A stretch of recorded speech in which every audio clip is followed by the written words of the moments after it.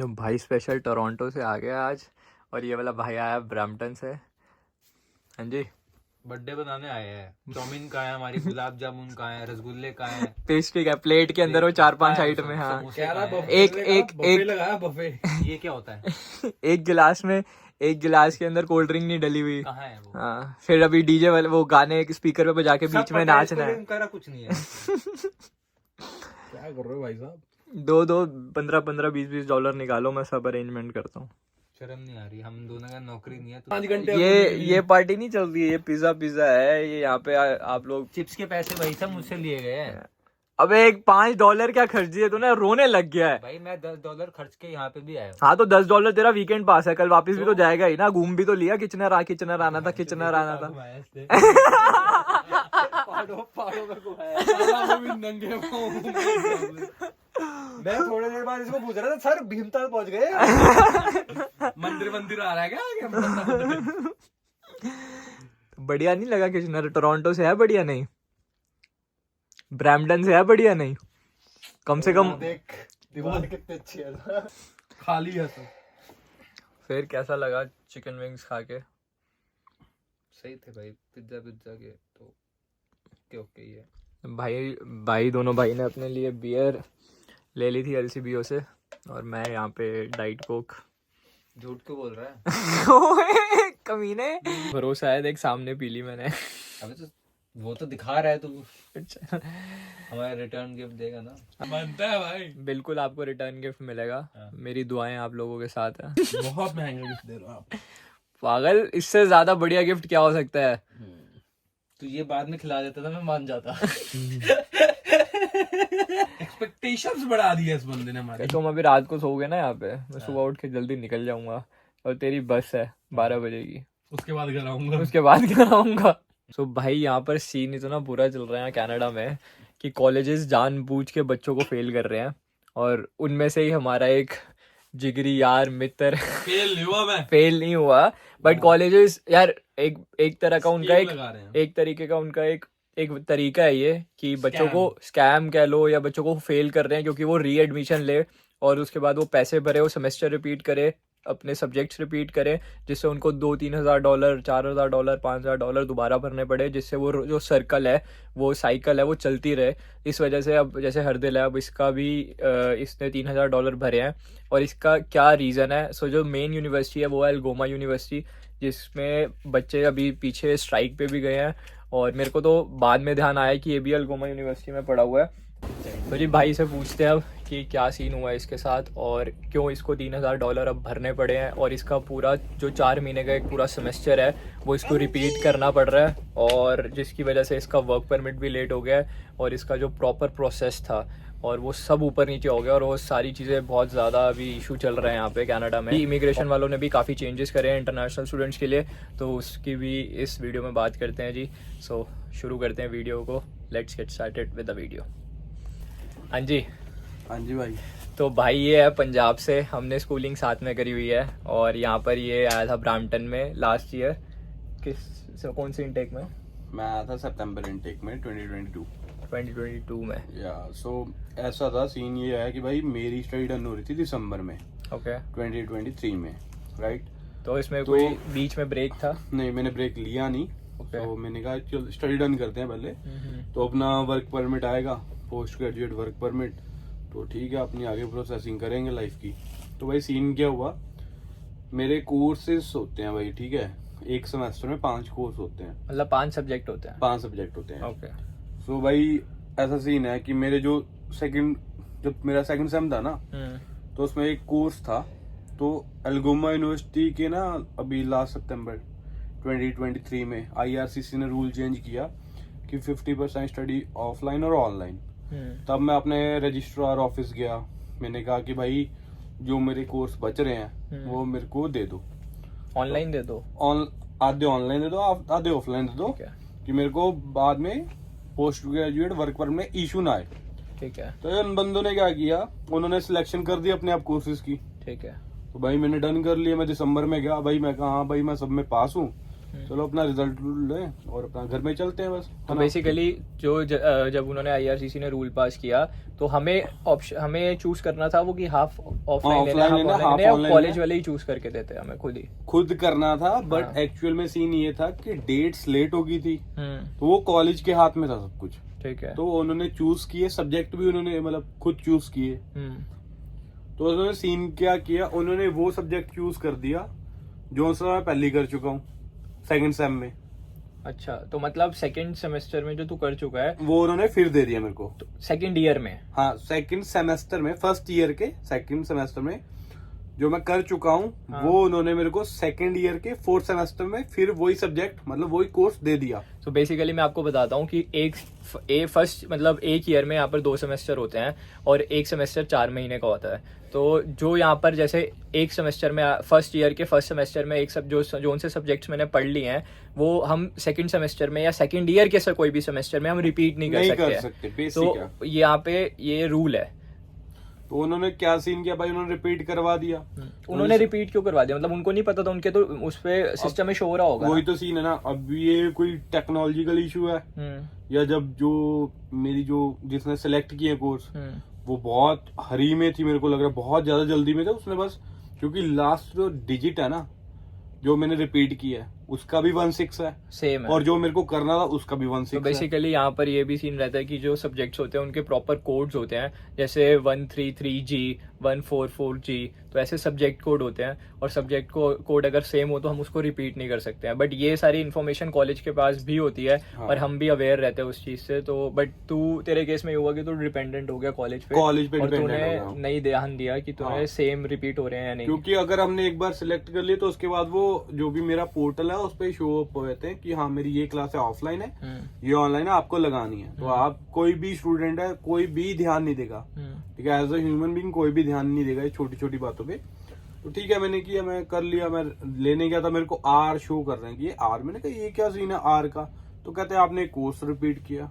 मैं कहा मैं क्यों रिपीट करूंगा, लाइक कोई वैलिड रीजन? बट बेसिकली यहाँ पे ये रूल है कि हम कोर्स रिपीट हो ही नहीं सकता। हाँ, ये हो ही नहीं सकता। हम कर सकते हैं या नहीं कर सकते, कोर्स रिपीट हो ही नहीं सकता। जैसे अगर मैंने फर्स्ट सेमेस्टर में जैसे मेरे पास सब्जेक्ट्स थे organisational behaviour, accounts, human resources का, सो उसके बाद में अगर ये 4 सब्जेक्ट्स मैंने पढ़ लिए हैं तो ये ऑटोमेटिकली ये सेकंड सेमेस्टर में या नेक्स्ट ईयर के 2 सेमेस्टर्स में ये रिपीट नहीं होंगे, आ ही नहीं सकते। ये बन ही नहीं रहा रूल, यही तो बात है। तो भाई मैं बात करने गया इनसे कि हाँ भाई क्या सीन बताओ अब। तो कहते मेरा जो एडवाइजर था, स्टूडेंट एडवाइजर, वो मेरे को सीधी बात कर रहा है कि भाई हम लोग APR फाइल करते हैं। APR होती है कि जो क्रेडिट्स है ना सेकंड अटेम्प्ट के वो हम दे देंगे आपको, बेसिकली ट्रांसफर हो जाएंगे नंबर। अगर तो इसमें ये सीन रहता है जी कि अगर जैसे सपोज करो इसका 1 ईयर का फर्स्ट मतलब 1 ईयर कोर्स है, 1 ईयर कोर्स में इसके जो 4 सब्जेक्ट्स हैं अगर वो रिपीट हो रहे हैं जो इसने सेकंड ईयर का कोर्स दूसरा लिया है उसके अंदर, तो वो जो क्रेडिट पॉइंट्स होते हैं वो ट्रांसफर हो जाते हैं। मतलब जो आप जिस चीज की पढ़ाई कर चुके हो उसके जो क्रेडिट पॉइंट्स होंगे वो आपको नेक्स्ट ईयर के जो सेम सब्जेक्ट्स हैं अगर तो उसमें वो ट्रांसफर हो जाएंगे, तो आपको पढ़ने नहीं पड़ते और वो आपको वो फिर वो सेमेस्टर वो स्किप हो जाता है और आपको जैसे फर्स्ट ग्रेड से शुरू नहीं करना पड़ता, आपको वो सेकंड सेमेस्टर से शुरू करना पड़ेगा। तो उसमें ये सीन होता है। तो अभी मेरी डन हो रही थी स्टडी, मैंने कहा चलो वो कर दो। तो भाई मेरी जो ब्रैम्पटन की रजिस्ट्रार ऑफिस वाली थी वो तो उल्टा मेरे पे चढ़ रही है क्योंकि प्रोटेस्ट चल रहे थे ब्रैम्पटन में। तो मैंने कहा मैं क्या करूं, मैंने एडवाइजर से बात की, वो कह रहा है कि जो इनकी मेन हेड है तो आप उससे बात करो। तो मैंने उससे बात की तो वो कह रही है हम ट्रांसफर नहीं कर सकते, बट अगर आपने इसकी जगह कोई और कोर्स कर लिया होता, यार बेसिक चीज है, अगर मैंने दूसरा कोर्स भी किया तो उसमें मेरी मनी, टाइम और हार्डवर्क गया। अगर मैंने ये कोर्स किया इसमें भी मेरा मनी, टाइम और हार्डवर्क गया, तो ये वैल्यूएबल नहीं हो रहे। तो आपका जब तू आया था तो तेरा कोर्स 1 ईयर का था, 2 ईयर का कोर्स था, एक ही यूनिवर्सिटी में सब कुछ एक जगह था। तो कौन सा कोर्स था? मेरा human resource and business management था। ठीक है। और उसके बाद ये सीन के कारण अब वो क्या कह रहे हैं मेरे को कि भाई ऐसा करो $3000 भरो, ठीक है, एक कोर्स के। भाई बहुत बड़ी वैल्यू। तो बेसिकली जो यूनिवर्सिटी है वो क्रेडिट पॉइंट्स भी ट्रांसफर नहीं कर रही। बट उसके पीछे रीजन क्यों नहीं कर रही? क्योंकि यहाँ पर कॉलेजेस और यूनिवर्सिटी करते हैं। अब जैसे मेरा भी कॉलेज है तो मैंने उनसे बात करी, अगर मेरे को कोई ऐसा कोर्स लेना पड़े सेकंड ईयर में और जिसके अंदर सेम सब्जेक्ट रिपीट हो रहे हो तो वो कहेंगे, तो मैंने उनको रिक्वेस्ट से पूछा और मैंने उनकी गाइडलाइंस भी पढ़ी कि क्रेडिट पॉइंट ट्रांसफ़र हो सकते हैं, तो वो कहते हैं हाँ हो सकते हैं। बट ये कह रहे हैं कि अगर आपने कोई और कोर्स किया होता तो हम कर देते, बट आप रिपीट कर रहे हो तो नहीं कर रहे। तो मैंने उनको एक क्वेश्चन आउट किया कि गलती आपकी, आप मान नहीं रहे हो। तो कहते हैं हाँ गलती हो सकती है हमारी। तो उसके बाद मैंने कहा चलो वो भी मान लेते हैं। मैंने कहा जो मेरा मनी, टाइम और हार्डवर्क वो गया। कहते हैं हाँ। मैं कहा वो 4 महीने का पहले गए, अब वो कह रहा है 4 महीने और लगाओ, $3000 वो जा रहा है। उसके बाद मैं काम नहीं कर सकता, पार्ट टाइम स्टूडेंट हो जाऊंगा। तो बेसिकली यहाँ पर इन्होंने ना रूल चेंज कर दिया है। पहले जो एक तो स्टूडेंट्स काफ़ी ज़्यादा आ रहे हैं कनाडा में, और उस वजह से इमिग्रेशन वालों ने कैप लगा दिया है सितंबर 2024 से। मतलब टोटल बच्चे ही पूरे वर्ल्ड से 3,60,000 समथिंग कुछ बच्चे आएंगे कनाडा में, और ये कैप लग गई है। और इनके IRCC की वेबसाइट पे भी ये अपडेट आ चुका है। और इसके बाद जो स्टूडेंट्स 20 आवर्स काम कर सकते थे, तो वो भी अब मोर देन 20 आवर्स काम कर सकते हैं यहाँ पे। बट ये जो रूल है ये अप्रैल 2024 तक का ही है, उसके बाद देखो क्या चेंजेस करते हैं। बट जो बच्चे जनवरी के बाद आ रहे हैं, जनवरी इनटेक में आए हैं, वो बच्चे नहीं काम कर सकते फुल, मतलब लाइक मोर देन 20 आवर्स। तो इस चीज़ का इफेक्ट जो है वो इसको भी पड़ा, क्योंकि अब पहले ये फुल टाइम काम कर सकता था, बट अब इसको एक्स्ट्रा रिपीट, मतलब एक सेमेस्टर एक्स्ट्रा करना पड़ रहा है। तो ये एक एज अ पार्ट टाइम में कन्वर्ट हो गया है। जो इसका कोर्स है वो जनवरी 2024 से कंसिडर हो रहा है, तो इस वजह से इसको पार्ट टाइम पे आना पड़ा। और जहाँ ये काम कर रहा था वो उनको सिर्फ फुल टाइम ही वर्कर्स चाहिए थे, और इस वजह से भाई की जॉब भी इस टाइम पे उन्होंने वो ले ऑफ कर दी है, और ये भी चक्कर पड़ गया। ये सीधा अभी कोई जॉब नहीं है, आपके पास एक्सपेंसेस जो मेरे को हर मंथ पे करने हैं अराउंड 1000 से ऊपर ही आ जाते हैं भाई इजीली। तो इसकी फाइट आप अगर इंटरनेशनल स्टूडेंट एडवाइजर से अगर आपने बात करी, तो इसकी क्या फाइट कर सकते हैं एज अ स्टूडेंट यहाँ पे? भाई मैंने एज अ एडवाइजर से सीधे डायरेक्ट बात की है। तो वो मेरे को, जो मेरा एडवाइजर है वो स्टूडेंट की थोड़ी सुनता होता है। तो मेरा एडवाइजर थोड़ा कह रहा है कि हम लोग APR फाइल कर चुके हैं, पर जो उनका जिसने आंसर देना है वहां से, वो मेरे को पर्सनल मेल में कह रहा है मैं नहीं करूंगा। तो वो तो रीजन ही खत्म हो गया। और दूसरा था कि हम लोग अप्लाई कर सकते हैं कि हमारी जो मनी है, या तो हमको कोई बर्सरी मिल जाए या कुछ और मतलब मिल जाए कि एडवाइजिंग के लिए मिल जाए कि चलो ठीक है हमको आपको कुछ % छोड़ देते हैं, या हम ट्राई करें कि पूरा वेव ऑफ करो, क्योंकि गलती ही उनकी है, यूनिवर्सिटी की है।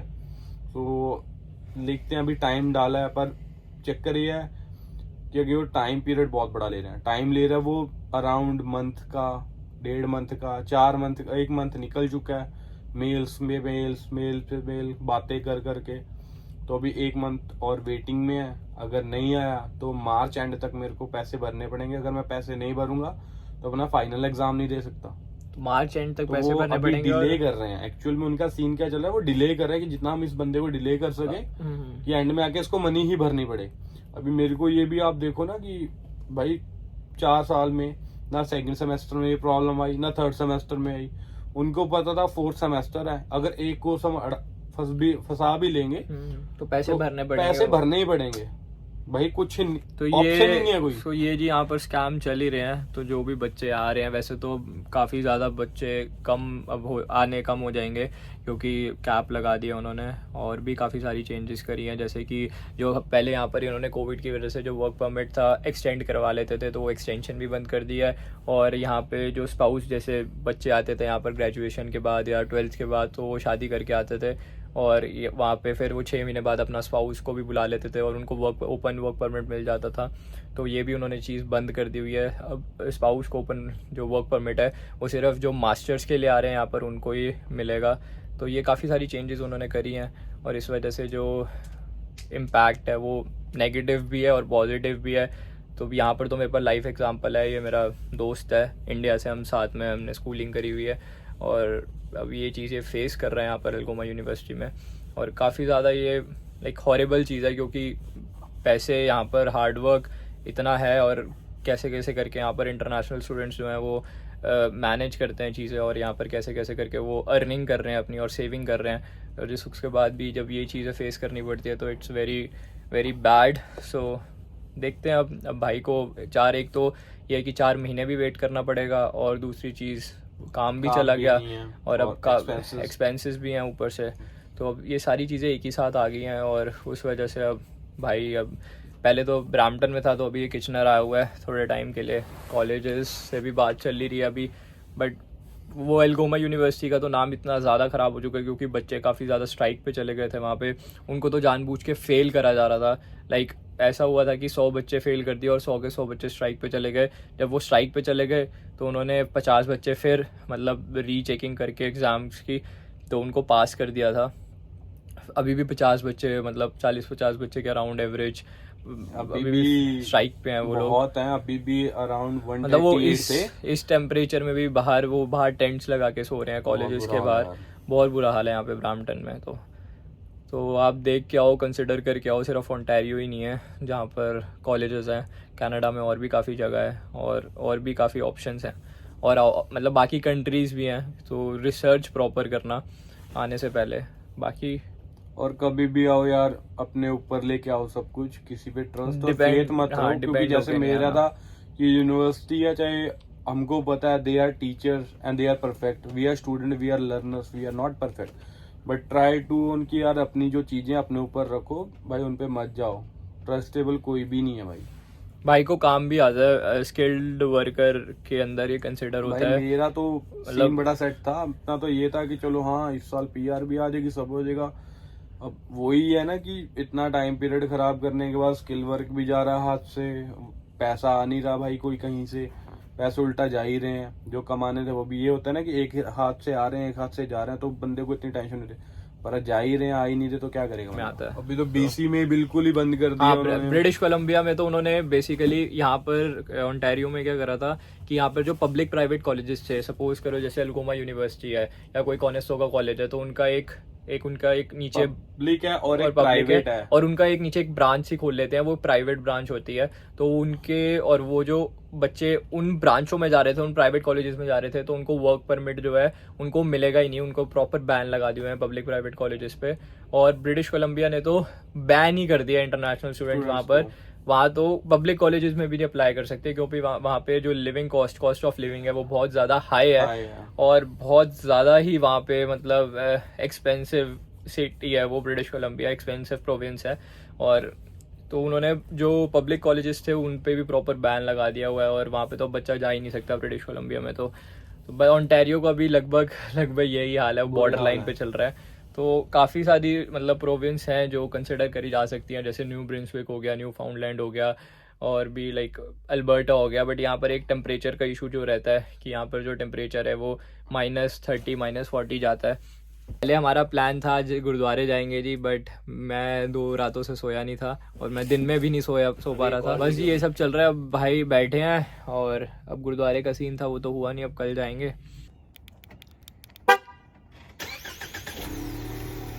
हाँ जी चलें फिर? चलो भाई चलो।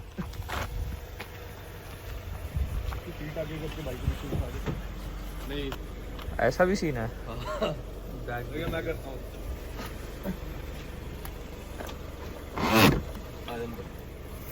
अरे भाई चलो।